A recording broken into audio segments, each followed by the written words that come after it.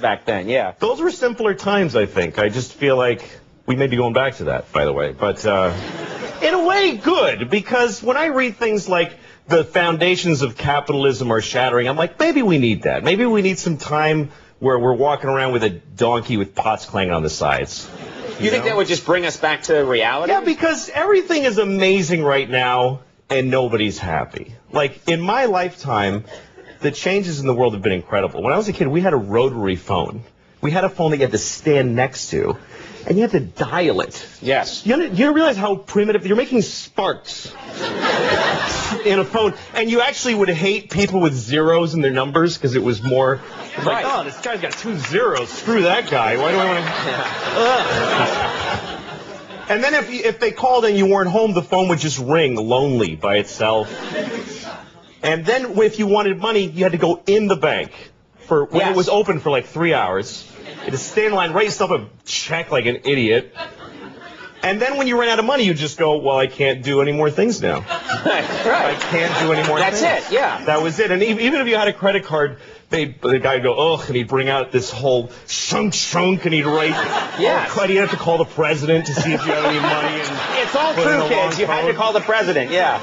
It was ridiculous. Yes. Do you feel that we now, in the 21st century, we take technology for granted? Well, yeah, because now we live in an amazing, amazing world, and it's wasted on the crappiest generation of just spoiled idiots that don't care, because this is what people are like now. They got their phone, and they're like, it won't. Give it a second. It's going to space. Can you give it a second to get back from space? Is the speed of light too slow? Yeah.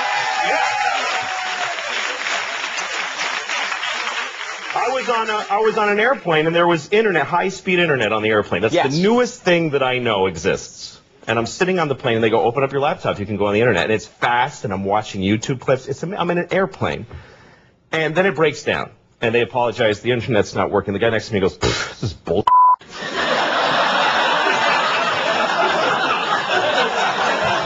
Like, how quickly the world owes him something he knew existed only 10 seconds ago. Right. And on planes,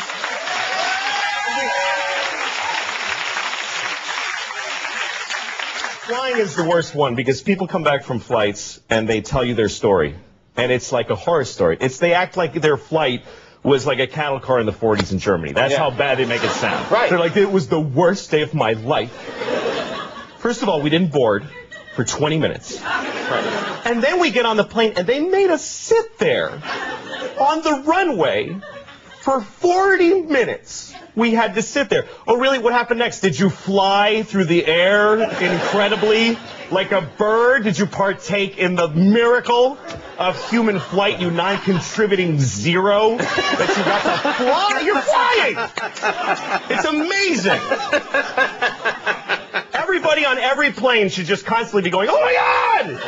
Wow! Yes! You're flying.